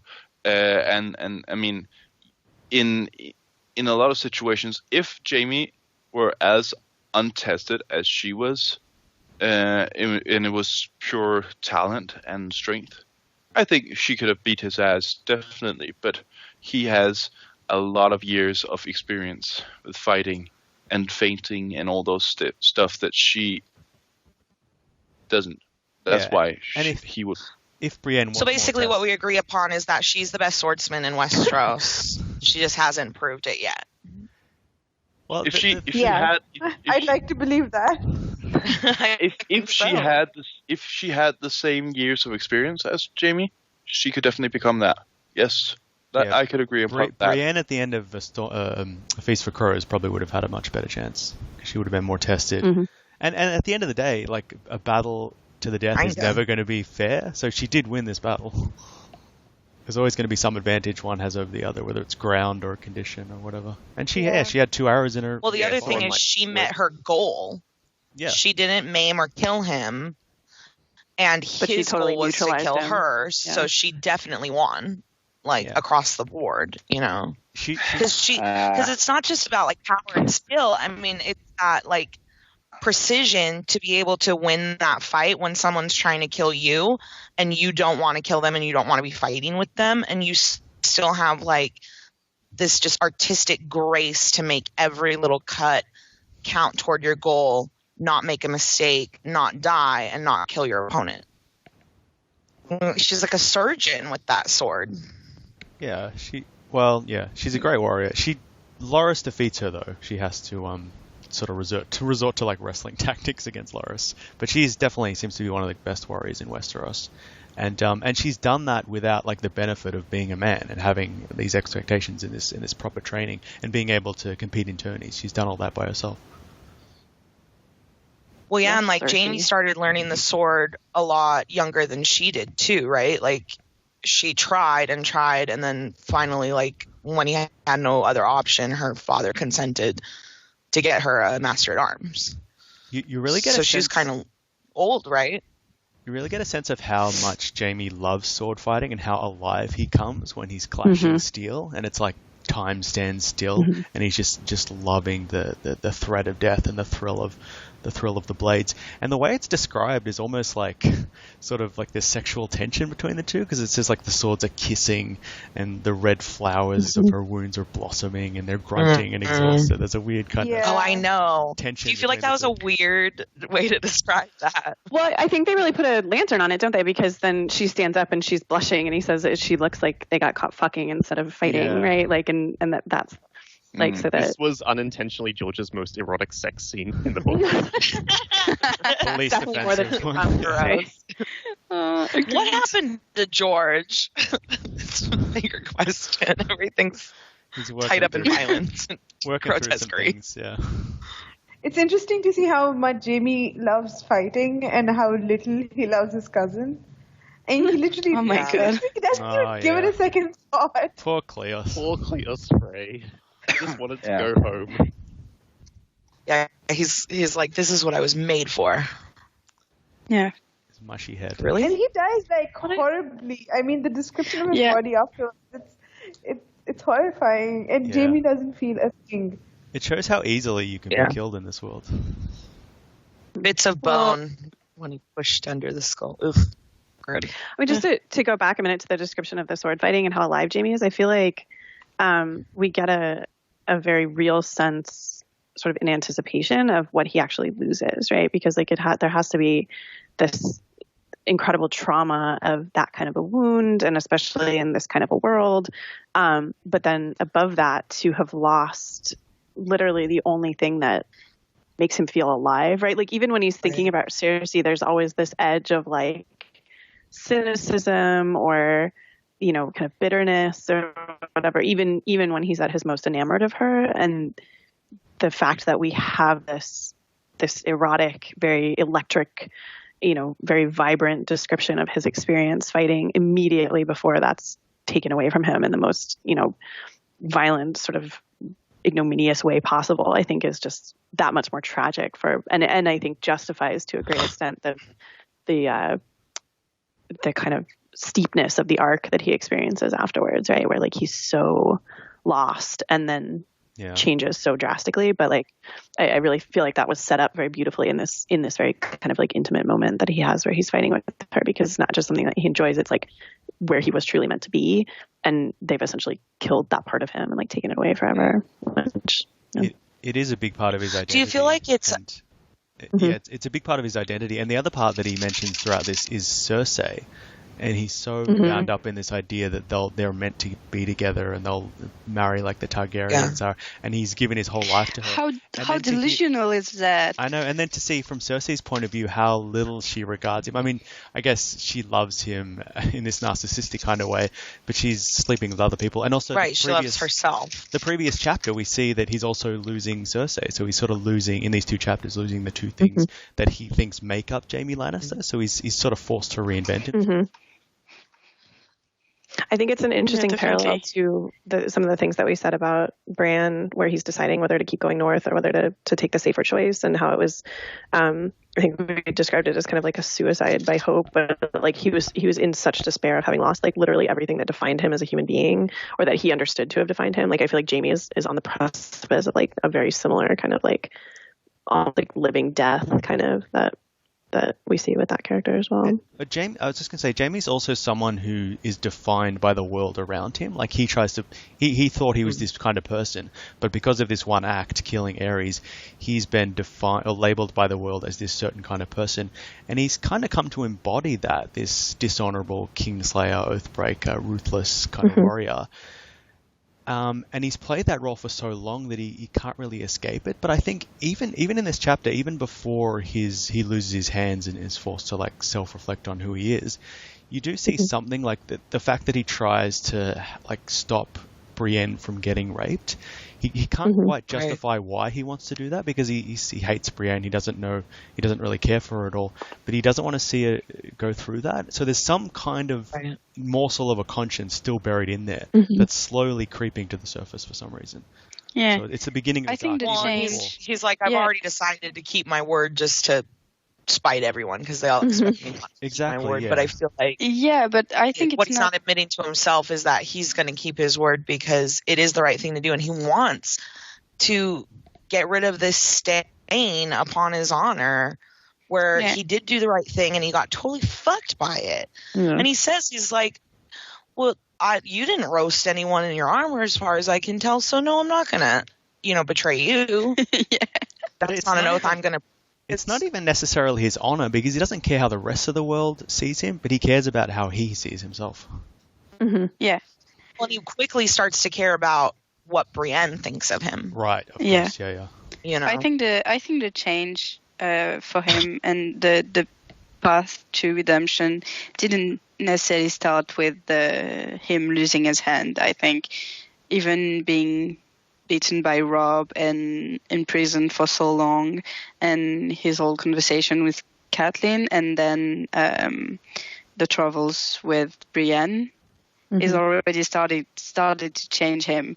And I mean, we have to see that it's the first time since the death of Aerys that he's actually been away from Cersei. Like, he's been in King's Landing. They've both been in King's Landing ever since. Yeah. So it's the first time he actually has other influences than his sister and can kind of think for himself and not for what Cersei would want. I think if you had to pin it down, it starts earlier than that, though. Yeah. I think it starts with Bran and the knife, and the throwing him out the window, because later she's like, what the fuck, and he's like, again, cool, I can't win no matter what I do. He's like, I thought it's what you would want. She's like, no, you idiot, we could have handled it. He's a little kid.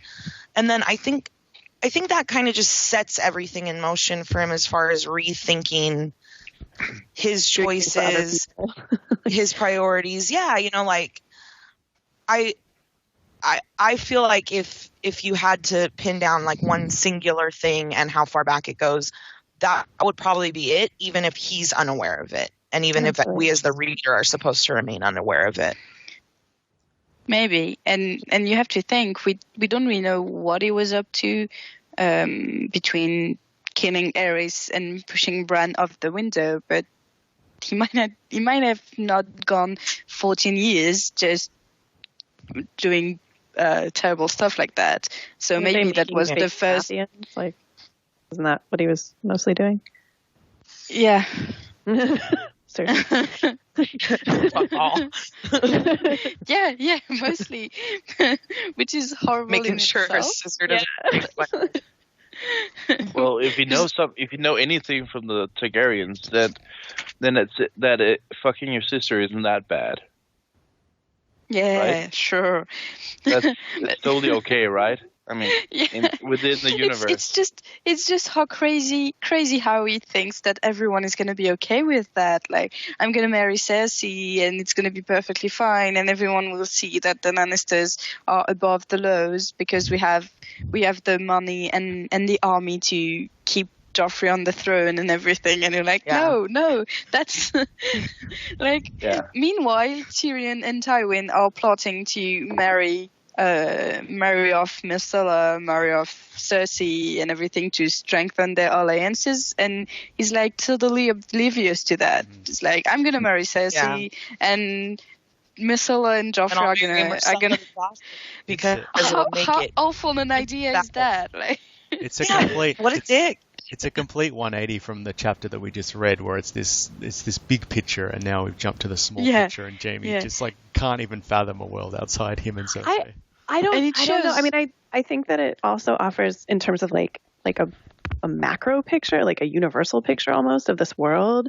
Like, I've been listening and reading a lot about the Blackfire rebellions and stuff, and like the Targaryens when Targaryens were Targaryens, right? And like, I think that the idea that he would frame it as showing the realm that the Lannisters are above their laws like gods and Targaryens speaks to the fact that Robert's rebellion destabilized this world's entire sense of self in a way that I don't think people really think, you know what I mean? It's like, that's now he was king for a while and all hell is broken loose now. But I think really he put fissures in the kind of fundamental understanding of Westeros by overthrowing this dynasty that like people haven't even, it's like a national trauma that people haven't really even processed. And I think that that's part of why there's so much disruption now, that like it's almost the aftermath of that overthrow, 15 years displaced. I totally agree, because it's like it's the first time the crown has to pass to someone else. And before that it was just Targaryens, and now they have to figure out, and like there's no rules anymore. Like Robert brought down the last dynasty, so everyone might as well try to like right of conquest is the only thing that matters. But then again, this has been like a thing coming up for a long while, ever since maybe the Dance of the Dragons, because ever since dragons went from the world, and went especially from Westeros, their claim to power has also kind of vanished.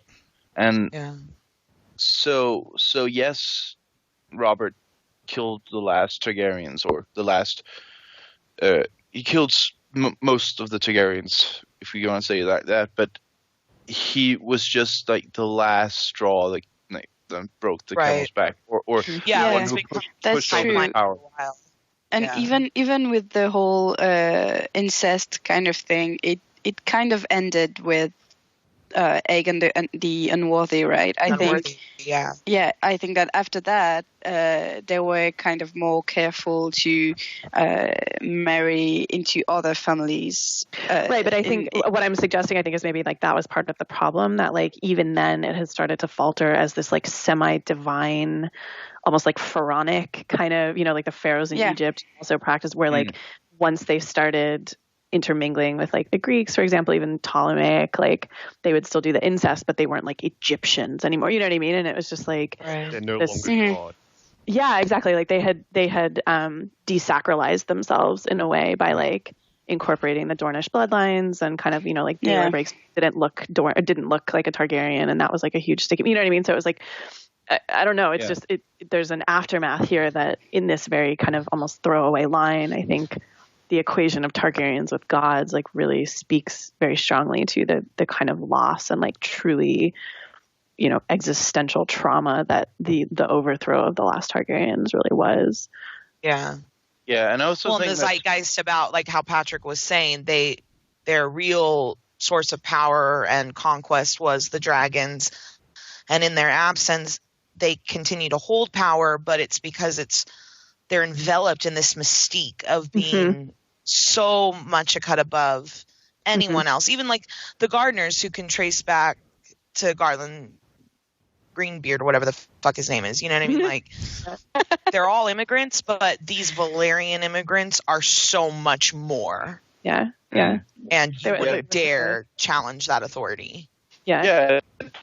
I definitely think that if Jaime at any point like came forth with his plans to Tyrion and said, I'm gonna somehow be able to get it on with Cersei, and we're gonna get married and whatever, just like the Targaryens, he would have hit Jaime over the head and said, do you have dragon blood?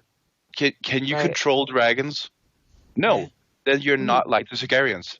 That's essentially, you are not like them by any measure. Although, how many small folk do you think are secretly like in love with their siblings and are kind of like, yeah, cool, make it good for everyone? I think the amount of people who would be disgusted at that would fairly be more than the few local folks. It's got to be like 1/100th of the population or something. But actually, it shows how Jaime knows nothing about Joffrey. Like, who would want your daughter to be married to Joffrey? Oh, I know. Well, see, and that's the thing is, like, I don't think that's him being just brutally not giving a shit about his children to solidify his own marriage to his sister, as much as he's like completely got to be more or less clueless as to what Joffrey really is. Cause he even says, like, Myrcelle's a really sweet girl and Tommen's a really sweet boy. Yeah. He just really doesn't know about Joffrey, and, like, what he does, he keeps blaming Robert and stuff. And it's probably the worst Joffrey's been as he's entering puberty and getting all these weird ideas. Yeah. Well, and he probably, to a certain extent, like, Joffrey's claws really come out after Robert dies and after Jaime leaves. Like, there's a certain amount of check that he's in, even with the presence of what he thinks is his uncle. And the only one in his family that he doesn't have that sort of fearing respect for is Tyrion. Yeah, but, I mean, he was already... What's he doing? Like, killing kittens or stuff like that from a young age? I mean, he was never a sweet kid. Well, possibly pulling a Euron on Tommen, by what we hear later. What? Oh. Hopefully. Yeah, don't you remember that? It's like some Cersei chapter in Feast, and I think Jaime, and they're talking, and he's like, yeah, it always made me happy, even when Joffrey would, and then he trails off. Oh, no. Joffrey would come at night, and, whatever. It's very Euron, Crow's Eye. Creaky hinges. I don't think that I think it's violence, not right. No, I don't think that he's a sexual sadist like Euron is clearly, but there's some sort of I think he abuse happening. I totally do. Yeah. Well, I mean, not that it was sexual towards his sibling, but there's some violence that he's inflicting on Tommen. Also, you have to think that when they think back, they think maybe a few years back, which means what? Then Joffrey would be 11, 10. I mean, wouldn't we assume that sexual violence would like manifest as soon as he gets a sexual drive? I think so, especially like when you're experimenting and stuff. Speculate as to like when he would. It's got real dark, you guys. Well, okay, but here's the thing: like Cersei and Jaime are playing at what they see happening in the field, horses and the dogs or whatever, and they're around the same age, so they're like seeing, and then they have some curiosities, and they're acting these things out. And if Joffrey is this perverse sadist who's also now feeling sexual feelings for the first time, he may have been acting out some sort of curiosities on either or both of his siblings or whoever was. I mean, to be fair, his mom did try to twist his uncle's dick off when she was like 8, so, who knows what's in this family. So thanks for listening, everyone. You can find us on Twitter, YouTube, Facebook, Instagram, and our WordPress page, vokpodcast.wordpress.com. And you can always find us at the Podcast of Ice and Fire forums. Bye, everyone. See ya. Thanks, Nadia. Thanks, Nadia. Bye.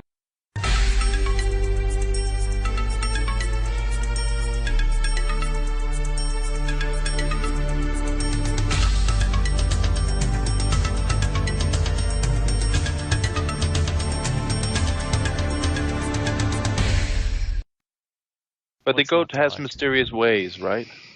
They do blood sacrifices to him, don't they? Yeah, they do. He's messed up.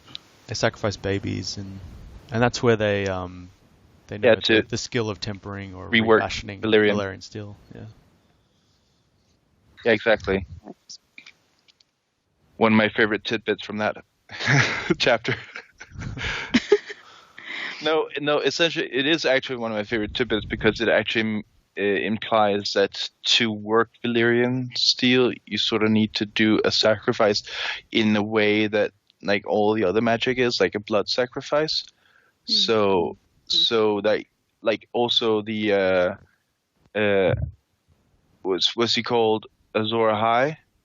Mm-hmm. He tempered his blade in his wife, right? Yeah, so, yeah, he did. No, yeah. So, lol. Not proud of myself right now. So I could be proud of you because that's good. So essentially that whole theory goes that if you want to make Valyrian steel, or if you want to make a magic blade, you sort of need to sacrifice someone to do so. And we know that the Valyrians were like past sacrificing people. So, well, I think if we've learned anything from the Bible, you definitely need to sacrifice someone for magic. Yeah, that's what you took away from the Bible. Yeah, that's what I learned. And that was right? Oh yeah, the other Did I read it wrong? Sorry. And no, it's true though. Like they need blood for magic. It's because it's the most closely related thing to the life of the animal. That's why the premium is put on blood. Oh no, I didn't mean in the Bible. That was just a total joke. But in this world, no. But I mean, it's true. Yes. Okay. See, and I didn't get that. Okay, vitality, desanguination. Yeah. So the good question is then, in the Martinez universe, is this alchemy? You also need dragons. Is it alchemy, or is it a invocation of external forces through the power of blood? Or how does magic work really in this universe? Do you really want to get into that? No, but we won't know. We don't know. That's the point. We can't know because he's not really very specific. But some of them, you do need dragons, though. I think that's clear, right? Michael? I don't think we're meant to know because it's magic. Like magic is unknowable, and that's what George gets off on. But it should have an internal logic. Don't some masters know how to refashion? That's about it. Sorry? Valyrian steel. I'll just shut up. Yeah, but isn't he also from Essos? I think he's also an SOC, so he might even be from Cohor. I don't even remember, but I think so. Like, okay, with the wildfire, they can still make it, but until Dany hatches the dragons, it's like, the absinthe we get here is really not absinthe because it's missing some key ingredients. Yeah. Do you know what I mean? So it's like, it's wildfire, but it's not really wildfire. And then the dragons hatch and you can actually do the wildfire. They are actually re-tempering Valyrian steel pretty much for real, and the black candle thing happens. I think you're mixing two things together in that sense, because they're supposed to be catalysts or amplifiers of magic. So if magic is worked into wildfire or into anything, that effect should be amplified by the presence of dragons in the world. Not so much that they are... It's not possible without it. Yeah.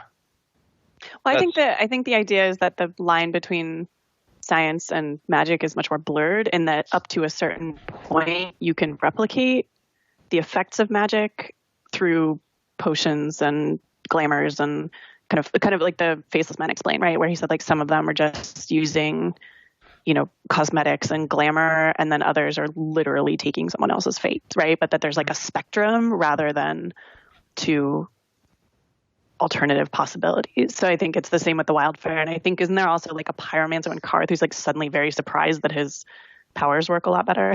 Right. Yeah. Or like the spells woven into the wall, like they're obviously... there were dragons in the world when they made them, but they still are working through the absence of dragons. Yeah. I think. Then one begs the question: like, was there ever a true absence of dragons if they're back now? Do you know what I mean?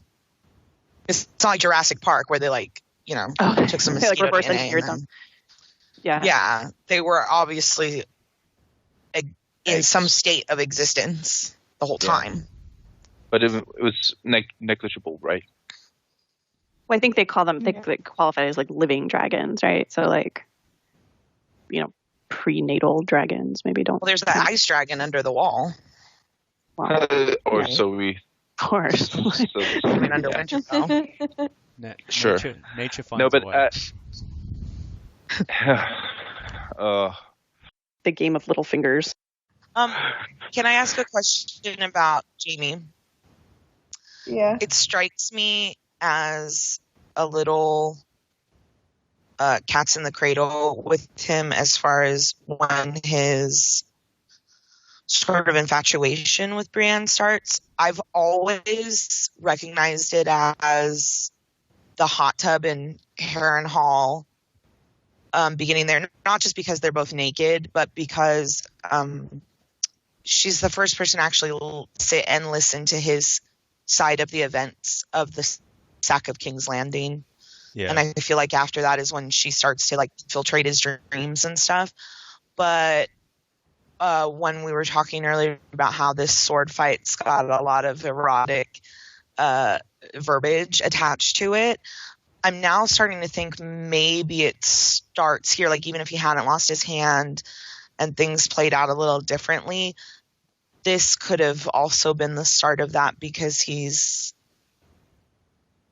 there is some sort of sexuality attached to this drive of fighting. And I think she certainly earns his respect here. I mean, I don't know if it's erotic necessarily yet, but I don't know if it ever is. I don't think any of it with him and her is very erotic. Yeah. I think a love born of more pure emotional and intellectual compatibility, you know. I don't think he's ever afraid to go there. I mean, he talks about it all the time. So, like fucking and having sex and whatever. Just maybe just to throw her off, but just by talking about it, he introduces the notion to himself as well. So I don't think it's out of his realm of possibility to have sex with her. I mean, other than he's madly in love with his sister still, but he's developing like a true attraction to another woman for the first time. Mm-hmm. Yes, the problem is that he's definitely falling for her, or definitely developing some sort of for her. And if it's not out of the realm of possibility, if it's not, you know, a asexual relationship, then he will at some point as a man start fantasizing about her in a sexual way as well. Well, I mean, it's probably the longest normal. He's spent with another woman besides Cersei. And yeah, I don't think he's necessarily attracted to her, but as you say, Hannah, she actually listens to him, and just I feel like over time he sees a bit of himself, or who he used to be in Brienne, just her idealism and her love of knighthood and honor and all that, and he sees kind of what he lost, and even if he can't save himself, he kind of wants to save her and protect her and protect that idealism that she nourishes.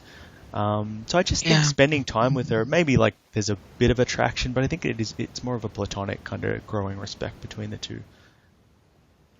A girl who I think I've said this before, like she is this example of someone who does have honor and does have principles and morals that she never compromises. And he saw that in Ned, but she has it without a certain naivete and stupidity that he had. So he's going to respect her more, where he writes Ned off. Well, she's had to fight for and everything. She wasn't given it on a silver platter like he was. She's had to fight to become a warrior and endure scorn. So you guys are thinking that because she listens, that he starts developing feelings for her. So is it like for him, like she listens to what I'm saying, instant boner? Because essentially that's what happens with the bath scene. He ends up getting a boner, right? I feel like it definitely, like there's, with everything with Jaime, like his big theme is the status quo versus what's really happening around him. Like all his life he's been reacting rather than acting.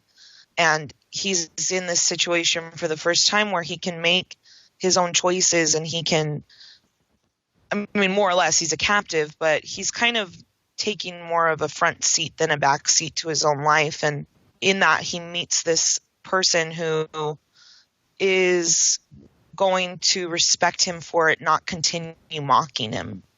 And I feel like that is going to be highly attractive to someone like Jaime, because Cersei's kind of super abusive to him.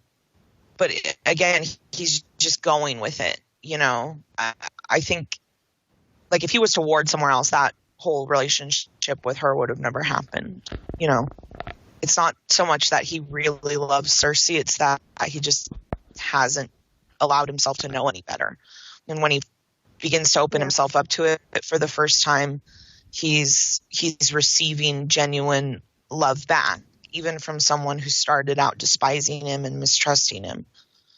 You know, it's not hopeless with her like it is with everybody else. Like he says, it always comes back to fucking Aerys. It always does, but not with her. Yeah. Well, to round things off, because we need to go on. Yeah, I mean, I think maybe for me it was more when you start humanizing a person, when you start going beyond just seeing her as an opponent or as something you belittle, then that's when you can start actually being able to develop feelings for a person. And that seems like for me that the bathtub scene is where he starts, like when that barrier has been broken down and he can now see her as a equal or a human being at least. Right. And it's so sort that of like makes a big difference. And they've had a very bristly relationship up until that point. So the bath scene's kind of like this idea of taking off their armor and washing the mud off and becoming vulnerable. Literally. Yeah.